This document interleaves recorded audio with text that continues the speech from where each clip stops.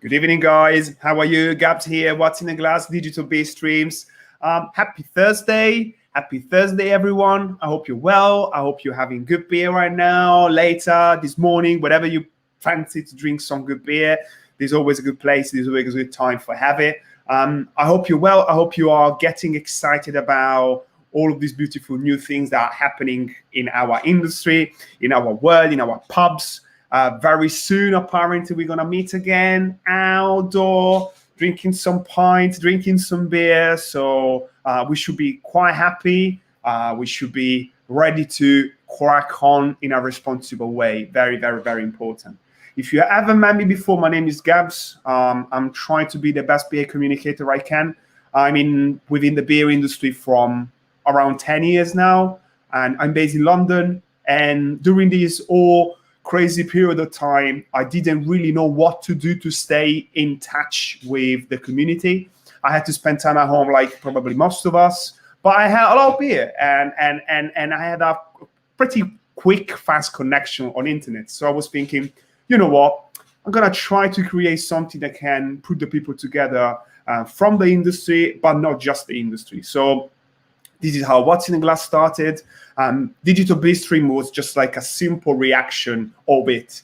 And it's an exclusive digital broadcasting show just to underline the fact that this is all about giving people place, giving people, like a voice, giving businesses, giving breweries, giving pubs, giving bottle shops a place to tell us, how they're doing, how things are, what the situation is in their community, in their area, in their shop as well. How operationally are they facing the new challenges of the present? So you probably gonna see me here talking with many different people, and this is what it makes me very, very happy every day I'm doing it.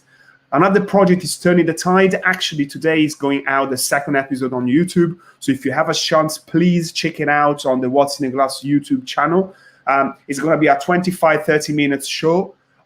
Is the second episode. It's gonna it's gonna be focused on North London mostly. So please check it out if you want after the show. And when you are into the craft beer community, you get to know many different people.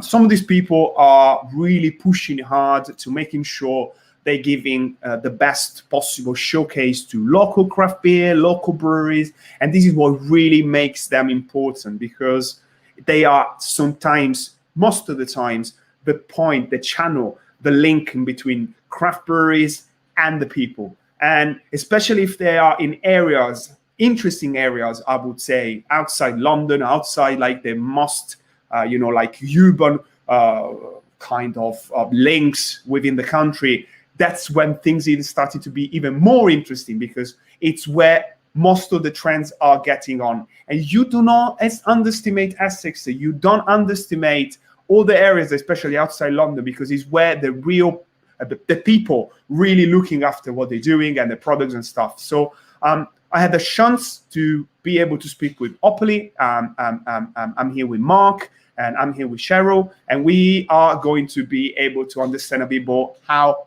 Hoppily works and how they're doing in these days. So please, if you can welcome the guys. Hello. Hey, how you doing? How you doing, guys? Very good. I've got beer, so that always helps. Yeah. So I do too. Got my face for radio on as well. Cheers. So I brought someone much more appealing than me, Cheryl. Look at that. I'm very happy to be here with you guys, because again, as I said, I most of the people in London doesn't know really well what's happening outside London, because everything started to be that London-centric, especially in beer. So thank you to be here, and thank you to tell us what's going on.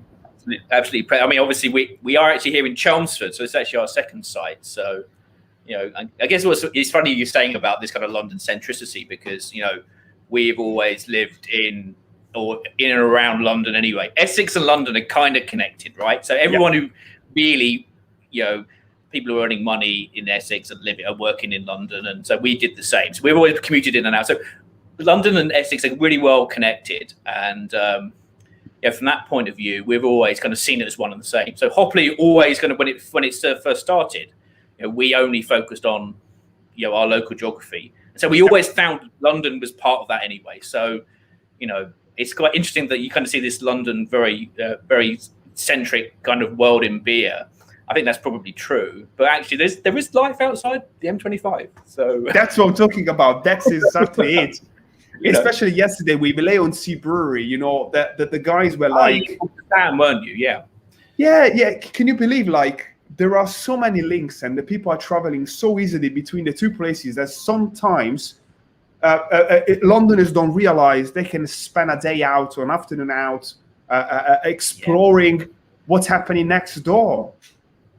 Tell me about it. I mean, I know unnamed breweries here, but, you know, people who get a bit of a nosebleed going north of, you know, London Bridge, you know, come to Southend, it's 25 minutes drive. So it was quite interesting during the lockdown period, when obviously there's no traffic or anything. You know, you could drive from the Bermondsey Beer Mile to Hoppily in Leigh-on-Sea in about 25 minutes. So I tell you what, that's a better journey than going to deliver to some, you know, the Dog and Duck in West London. So come east, guys. There we go. That's lovely to hear. And don't make me wrong. I'm sure most of the people that are watching today heard about you, know what you're doing, guys. But if you would like to introduce yourself and tell all the people in here and what is about Hoppily, what about you guys, please, this is your time.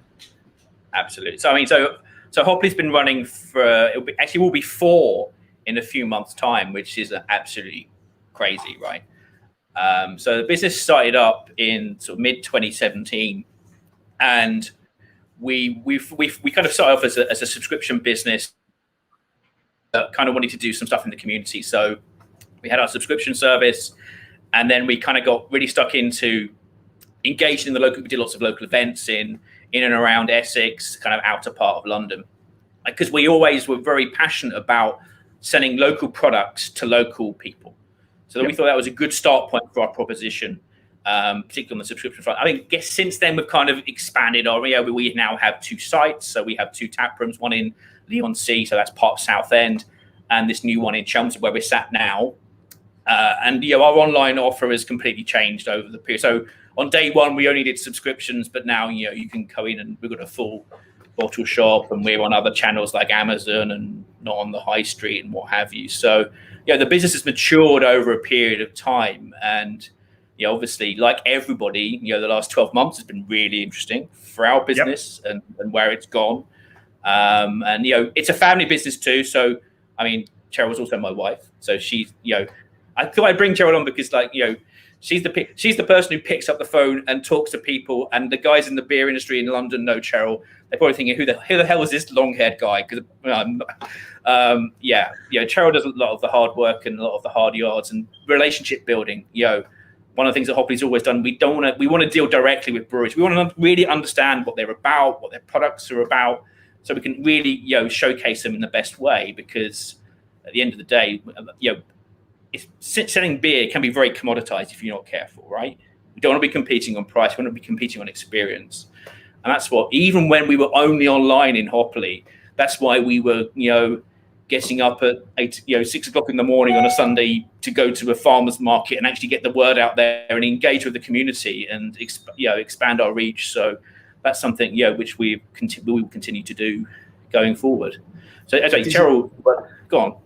Sorry, this Gabs. is brilliant because I know by a fact that you've been very successful in creating fantastic relations, especially with breweries, and I'm sure with customers as well, seeing you, the following that you have on social media and the people commenting about the show today. But I know you are picking up carefully the breweries you want to work with, and and all the product. And Cheryl, do you have, for example, breweries in London that you are like to work with mostly, or someone you want to mention? I'm going to give a shout out to One Mile End. Pierre and Sam do a fantastic job. And they're used to me now texting at 10 o'clock in the evening going, oh my gosh, I'm out of kegs. I need something, help. Yeah.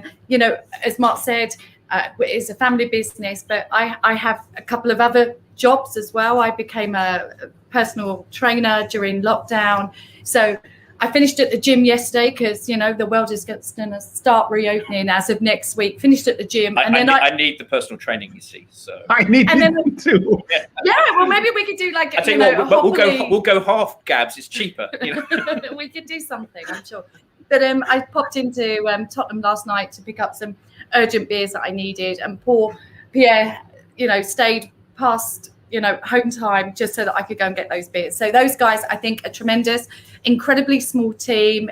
Pierre, Sam, and Terry doing sales, and their beers are just awesome. You know, the kegs you can put on. There's no wastage. You know, just from a sort of product control point of view, they're fantastic, and you can sell them. Everybody loves them. They're hazy. They're juicy. They're not too overtly strong. And so I really like those guys. So I would just give Gerald a job at 1 Mile End. Yeah. Like I need more jobs. Yeah. But, Gerald, you talk to loads of like the breweries. I mean, she's often the face or voice of Hoppily or what have you. Yeah, who else like?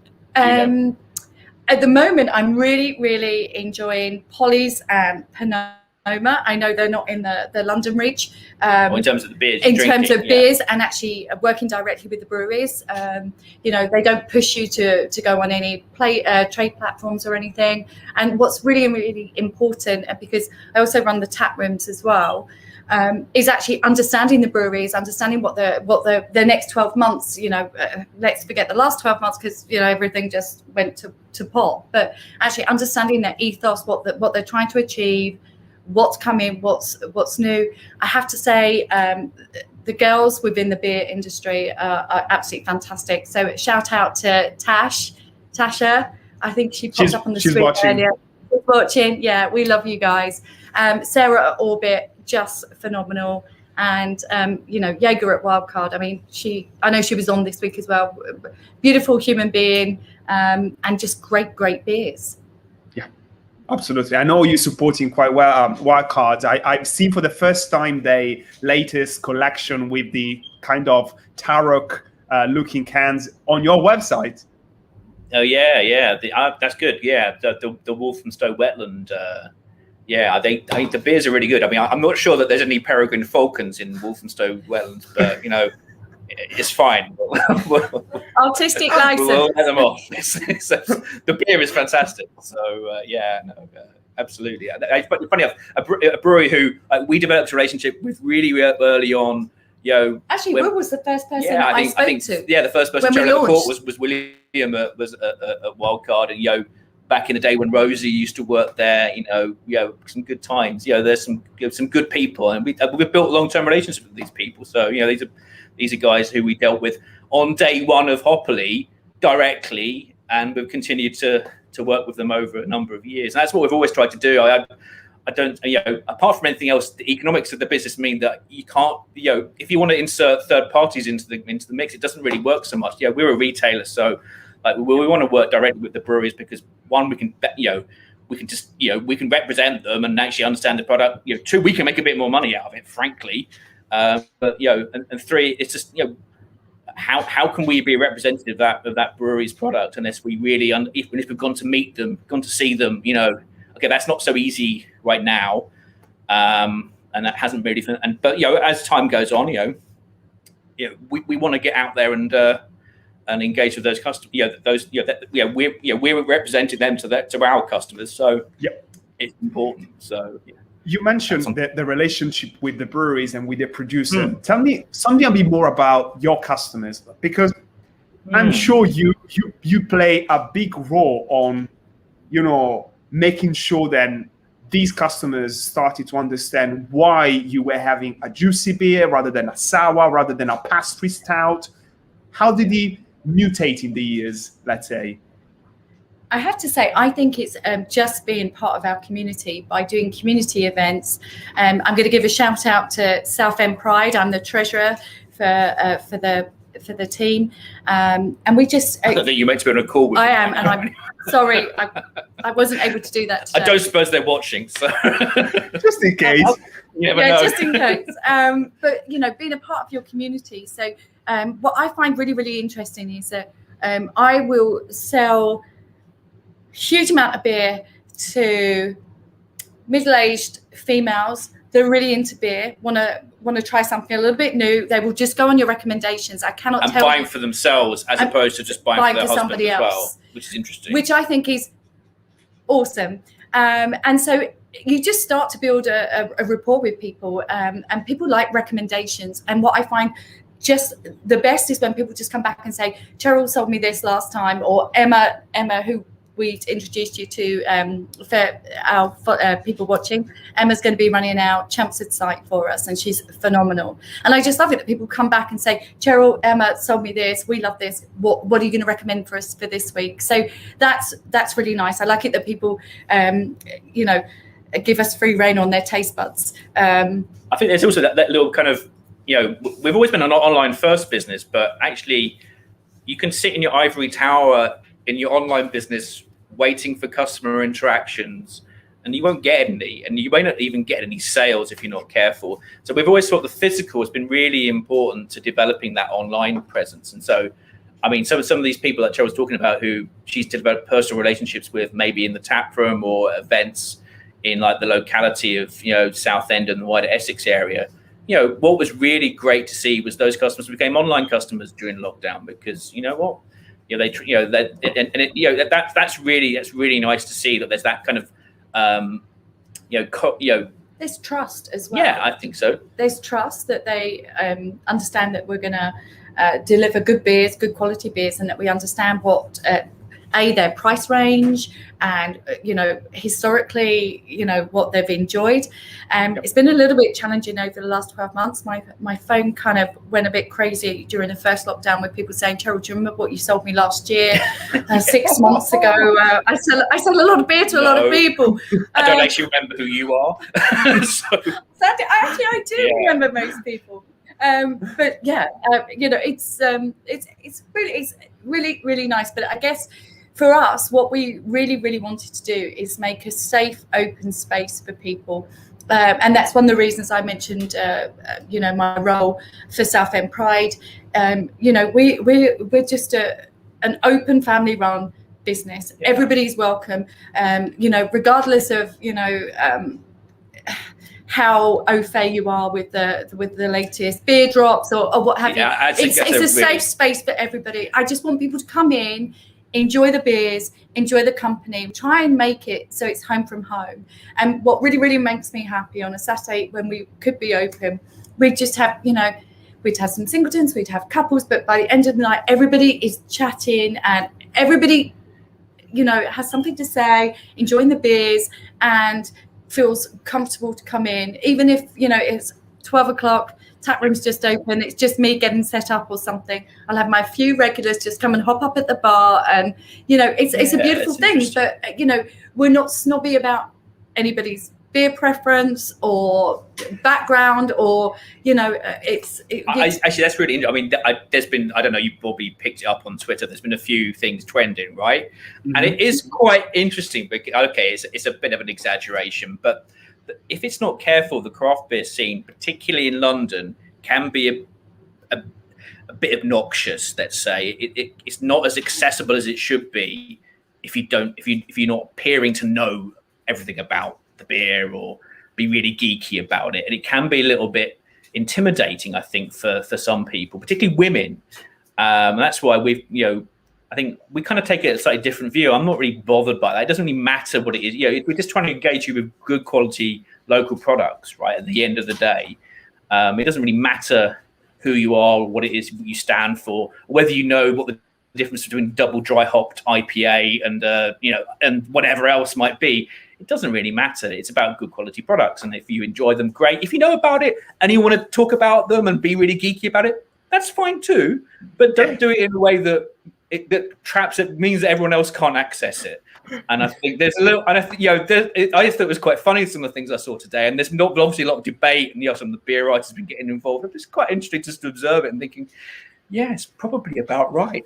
But that's what we've always kind of we always kind of look, and okay, look, we're in an unfashionable place. Right? We're from Essex. We're not in Shoreditch or in Walthamstow. Well, we might, you never know. We might look at London's interesting for us. We have a lot of customers in London. But so we're in unsexy places like Leigh-on-Sea and Chelmsford. It's like commuter zone, right? So we aren't at the cutting edge. So we have a much broader range of customers. We get there's the beer geek, of course, but there's a lot more. We get a lot more. How can I say it? Normal people who want to be taken on a bit of a journey. They would usually drink Peroni out of a bottle in the pub, or they'll drink Guinness, or they don't really know, but they're interested in something that's different, and they've got the money to spend to do that. They would spend £6 a pint on a pint of Peroni or Carlsberg or what have you. So it could be that a craft lager is the introduction point. It could just be you go a bit deeper, but there's ways and means of trying to take people on a bit of a journey. Education isn't really the right word, but it is a little bit. So there's an alternative to the mass-produced stuff. Which if that's if you like beer, that's fine. But we can turn you on to something that's much more exciting than swigging a bottle of Peroni or Nestra, whatever. It's. But also, I think what's become more apparent is people want to buy local, and as I said, that's something that we were really passionate about to start with. When we started, we were really anal on that. We never used to buy a beer from outside Essex or London for at least 2.5 years. The first thing I ever bought was we once bought some beers from Brew York because we were going to an event in York and we thought it was a good thing to do. But so we were really, really, really strict. To be honest with you, that's probably a bit extreme. And actually, it's good to encourage people to drink good beers from across the UK. And actually, that we were realizing that we were missing out on some really interesting breweries and beers and different stuff. That we should have been touched. Should have been. Oh, hello! People saying hello. See you next week, John. Here you go. The local tap room attendee in Leon C. Keen runner. Maybe we should do some training with Cheryl. Take the beer. But we're. Something that I love since the first time that we had a chance to chat, it was these democratized beer kind of sentence, which is still growing in my mind. It feels actually everything is going the opposite way. Democratizing. Yeah, we talked earlier in the week, democratizing beer. That was it's kind of, I don't want to sound wanky about it, but at the end of the day, beer is it's kind of the lowest common denominator product. It's not expensive. You don't have to spend £25 a bottle on a good quality bottle of wine. You can get a good beer for a few quid. It's meant to be accessible for everybody, male, female, whatever it might be. And I think if we're not careful, you can kind of lose that democratization impact of beer by making it too snobby, or just I don't know, too fussy, or the way you need to serve it, or camera is a good. Sorry, camera people, getting het up by the fact it needs to be served out of cask. I mean, like Hoppily wouldn't qualify it as a camera venue because we don't have any cask beer. Does that mean to say that people who like good beer can't enjoy themselves in Hoppily? No, of course it doesn't. But it means that we kind of that's fine. As each to their own. But it's that kind of thing. That's why. So that isn't very democratic, because immediately, if you don't serve cask beer, you're not in the club in camera. And there's other that's one example. But the craft beer scene's just as bad on the other extreme. So I think we need to be really careful that it's about beer, it's about enjoyment, and it's about bringing people together in community. And that's what we've always tried to do in Hoppily. And so in our own little way. And so what we've done in Lee, we're going to try and do in Chelmsford. We want people to come in. How do you want to use the space? Do you want to play a gig in here? Do you want to do some comedy? Do you want to put your artwork up on the wall? Whatever. I mean, but we'll see. It doesn't need to be driven by us. I mean, the greatest thing that we did in Lee was that I'm hopeless at pouring pints. So you'll only really find me on the other side of the bar. I'll be having a beer. And I like to chat to the customers, and in all the venues that we have, the 2 venues we have, and any ones we have in the future, we want them to be small and intimate, so people have to get to talking with each other. Yep. And so, music and beer is one thing. I'm passionate about both of those things, and so just by chatting to a few different people, we kind of got into the idea. Should we do a vinyl night in Hoppily? And I'd had this conversation bilaterally over a beer with a few people, and then one evening, randomly, these 4 guys who I didn't even know knew each other. I'd had the same conversation with all of them. They all came in en masse and said, we've come to organize the vinyl night. And it was like, okay, that's great. It's like, you've done our job, and that's the sort of thing that we like to promote. And it'd be great to have that kind of thing back. I mean, obviously we've lost all of that stuff. What's happening? Really doing here, this is kind of replacing some of that community interaction that, unfortunately, by the way of the world, has been lost really for most of the last. Okay, there was pockets when we could open, but this is not going to be forever, actual. Exactly. Because, as you said, the national hibernation is getting to an end, using Boris' words. And then, so what's happening? Like, what are your plans for next week, for the next weeks in general? I mean, in the short term, so it's a bit of a token gesture. We don't have a beer garden, so both of our sites have got some tables and chairs outside. There's not massive numbers of people, but hey, if you want to come and have a pint outside, you can do that.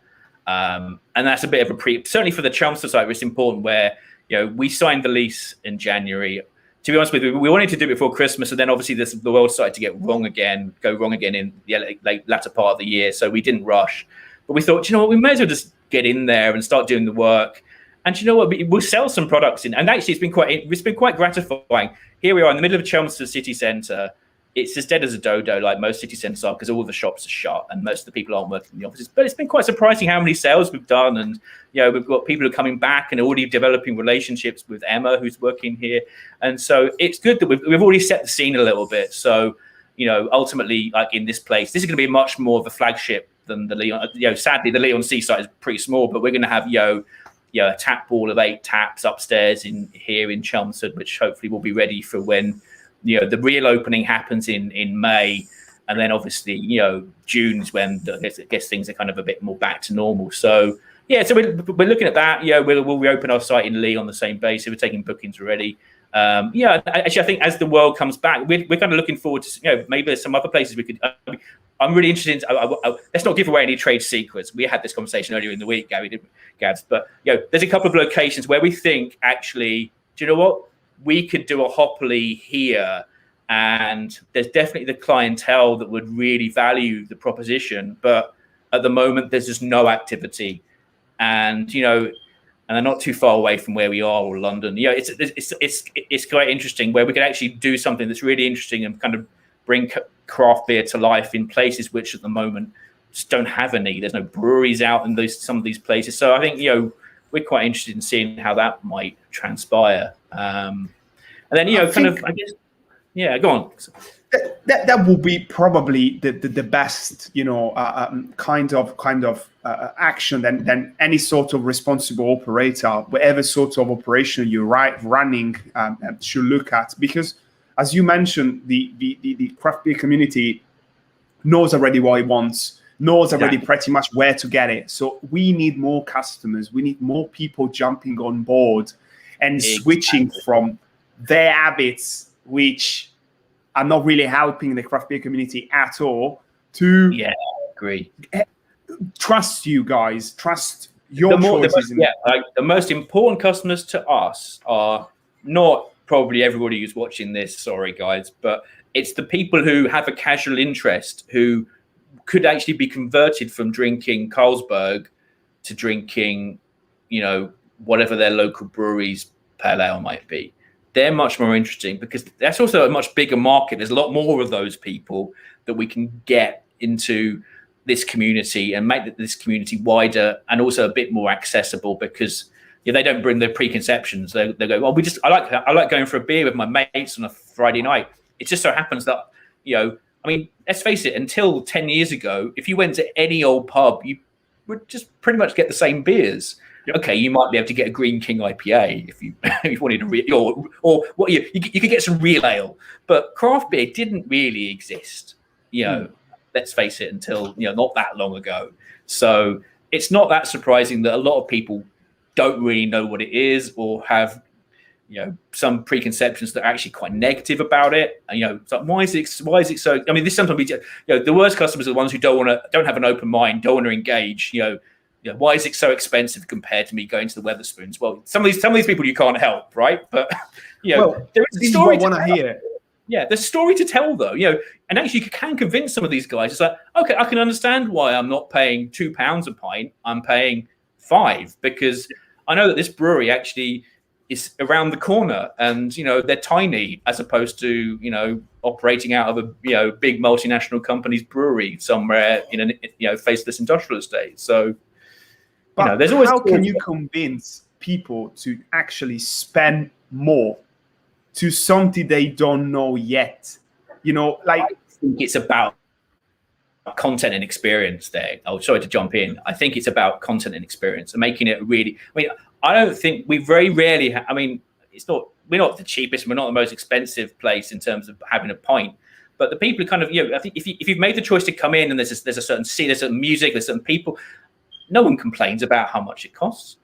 People self-select, even if they don't know anything about craft beer. They just they have to be open. But actually, going back to when we were able to reopen after the first lockdown, we made it such in our humble opinion, a really safe place. We reduced quite a lot of seating. Everybody was socially distanced. We made it mandatory for people upon entry. Before it was, Boris had made it mandatory that people just wear their mask, do their hands, that they give us their details just in case we needed to get hold of anybody because of an outbreak. So, I'm also type 1 diabetic. So I take this, this whole COVID situation incredibly serious. I know some people don't, but we should. And so I think people really enjoyed that we took those extra measures and they felt really safe and comfortable that we were doing the right thing by not only the staff, but by the customers. And I had no pushback on any, when I asked people, can you please pop your mask on? Even if you're just going to the bathroom, please mask on, just do it. Do your hands. Free hand sanitizer. I had no pushback at all. And the amount of compliments that we had, that people said, we just want to come here because we just feel comfortable and safe. And we've got to know people that usually sit on the other table at 8:00. And so again, that sort of community vibe. But, for us, it's about keeping people, we have to, be responsible for our staff and our customers. And that is part of the experience, I think now, is that people know that it's a safe space, it's comfortable, and they're going to get great product, good music, depending on if Mark takes over the music when I'm in. So I guess maybe there's a premium then just because of just the environment. And even if you're not that interested in the beer itself, but what you will be enjoying is something that's more craft. Even if you will always stick to the bottle of lager that's in the fridge, craft one, of course. But but you'll pay the premium for that because of the other element. Maybe that's the answer. Absolutely. Yeah, like I had the privilege to chat with John Keeling as well a couple of months ago, and I asked him why are people going to spend more money to go in a pub again after all of this time, because they probably develop habits of drinking at home and things like that. He said, because drinking in a pub is so much better. You're going to be surrounded by nice people dancing with your body or just feeling the vibe. There's only so much you can recreate at home. And look, I'm sure all of us have been on like Zoom calls where we've had some beers and, online beer tastings are never quite the same. You kind of want to, apart from anything else, it puts real pressure on whoever's hosting to keep on talking and they never even have a chance to drink anything. So, all this stuff just works better. And beer's about being around and just having a little chat with people and, who you might run into, who you don't run into anybody if you're sat at home, do you? And also, I cannot dance around my kitchen anymore on Saturday night.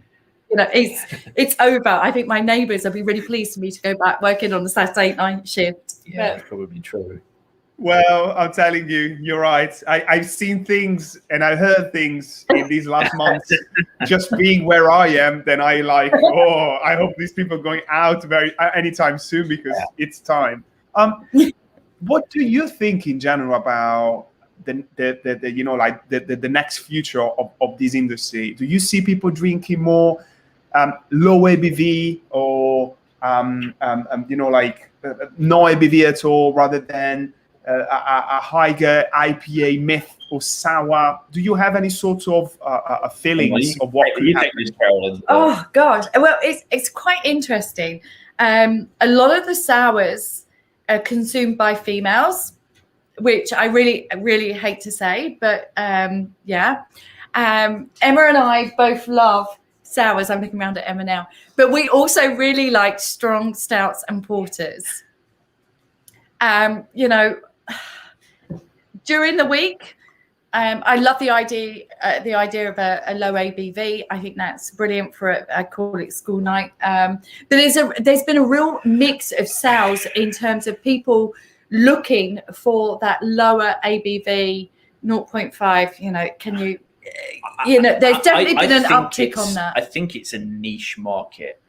I do think definitely an uptick. I mean, though. certainly it's seasonal, so there'll always be the dry January stuff, or maybe Stoptober, where that stuff may come into its own. I must say though, and having seen this philosophy, the sales of those products are not that strong to justify a lot of the hype. And maybe, you know, and that's online as well. So we're serving a national audience, and we don't see massive amounts of sell through of that product. Not because it's bad quality. In fact, I've had some really good 0 or close to 0% alcohol beers recently, like Zed by Hamilton, really, really good. And the peanut. Oh, the peanut Crunch, the version of alcohol-free version of Crunch. Again, stunning, really good. Really makes the best brownies. Exactly. Yeah. So who needs the 5% ABV version? But I do think there's an element of it's always going to be a niche market, and even though people will be looking for health kicks and stuff, maybe certainly where we are physically in Essex, I don't think it's a huge market. There'll always be someone who's the designated driver who might want to look like they're having a beer, but I'm not so sure that those trends that we may be seeing in suburban London are really coming out here, and I'm not seeing them nationally either. You know, there's always going to be room for interesting table. Table beer became a thing again, didn't it? Again, they don't sell that well too, because they're 3% or 2.8%. You go, well, might as well have the 4% one, because it's a bit of a stigma sometimes for people. Is this what you probably like recognize as the biggest seller? Like, let's say a 4% pale ale or a 4.5% lager. This is what, in a way, you've seen more often getting sold. Go on, yeah. There's different channels. We'll answer them both because we're on various channels. It does vary, but I have to say, in the tap room, people are looking 4.5, 5, 5.5, 6, maybe a little bit too risque, but they want something really hazy. IPA or pale ale. Yeah, for sure. Oh look, David. For sure. Hey, Online, lager, we sell so much. I'd say yes, I was change that. So lager, we sell loads of it in kind of generic markets, like gifting markets, like Amazon. People buy it's because people are buying something that's maybe like a little bit better than buying your friend a box of Carlsberg. So it's it's a Hoppily branded gift pack, right? So you go for the first order of craft beer, which is a craft lager pack for good craft lagers. So that's a different market. So for the people who are coming in to buy, people who are coming into Hoppily because they want to have the selection. I think there's a slightly different take on that. I think actually there is some seasonality. So we've had stout and porter season. I mean, I've been amazed at the amount of stouts and porters we've sold, much more than I would ever have anticipated in the last quarter. And actually, the quality has been exceptional. Yeah, it's been some fantastic really, really dark beers. And actually, what's interesting is that I think dark beer sales are actually holding up more now than I would have expected. Yeah. But so I think there's always going to be hype beers. So there's people will look for a putty or whatever it might be. I think that the taproom customer is different though. Yeah, the guys they're not really that worried about what it is. It just needs to be. I don't want it to be too strong. Like 4.5%, like as if I was going to like a normal pub and drinking a normal beer. They don't get surprised by an 8% double IPA unless they've chosen that.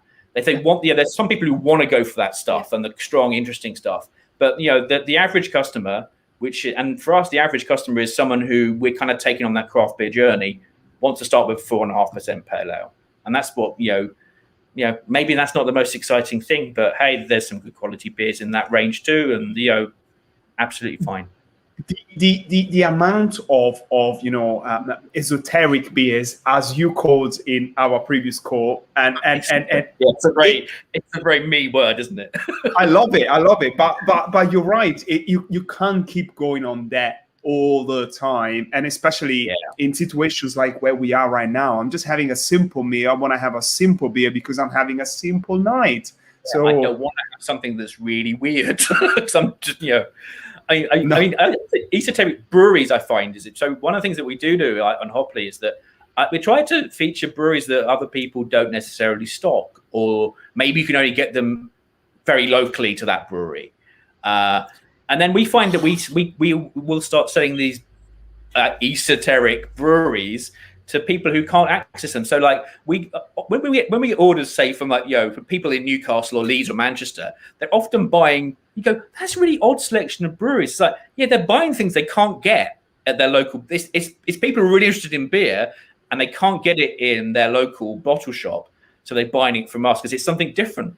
And it could be that they go for a whole, they'll start, it could be they're buying beers from Chelmsford Brewing Company, who are very close to us here, but probably aren't selling very many beers in Edinburgh, right, or in Manchester wholesale. So they're probably not that kind of brewery isn't accessible. So, or there's many other examples, but we see that quite a lot, and that's quite interesting. That's what we find that really gratifying. It sounds like we're doing something different that's actually serving customers. It's all very well everybody having Verdant and everybody having Cloudwater or everybody having whatever pressure drop. But you can get that pretty much from everybody. So I find it really interesting we're always looking for new breweries. Any breweries on there, like send us some samples, send us some pricing. If we think it looks cool, we might buy some, right? You do have Porn Star Martini. That's a cool little beer. You do have beers that I haven't seen very often in the bottle shops that I normally look at, and this is what I think is your strength. Good. That's what we want to see. You're not snobby. You don't have a snobby attitude, which is what it makes me feel sometimes I'm not appropriate anymore to be associated to the strictest of the craft beer community. So well done on that. And most important, because we're running out of time, you're now really putting me in the position to say, I need to invite you again. Because we have so much to talk, guys. Well, why ever not? Yeah, we're more than happy to do that. I'll get mine up. We can talk about other things, No, we've got dogs, we've got beer and dogs. Here you go. Here's a pugs. Good there. A few people in the London beer community. Yeah, I know this dog probably met a lot of sales reps during the time. Yeah, probably. Yeah, he's good for a 10% discount, So, well, I should shout out to 360 Degrees Brewing, who I've been slugging on this and actually really uncouthly out of the can as well. Nice. This double act, hazy pale ale, it's really nice, really good. Thank you guys. That arrived today, so use much nerve first. Cellar cold. Let me put it this way. I don't know if you guys gonna have to do much about it, but the second episode of Turning the Tides, the show that I've been producing, is starting in 15 minutes. And I promise I'm going to be there commenting on the thing. So if you're going to have a chance to look at, do it tonight, do later, do another day, and tell me what you think about. In the meantime, I'm so happy that I got to meet you, and I'm so happy that you jump in, because you really gave us some very interesting points of view about the industry and inspirational things about what you're doing in there, which is really great. Brilliant. Thank you very much for inviting us on. I really enjoyed chatting with you. Stay safe. My pleasure. Take care. Cheers. I see you down in Essex. Maybe London as well. Yeah, come for a couple of beers soon. Yeah. Thank you. Just Chelmsford from Stratford is 25 minutes. So lovely. Take care. Have a good one. See you soon. Thank you, guys. Bye. Later on. That was really cool. Was it all right? Yeah.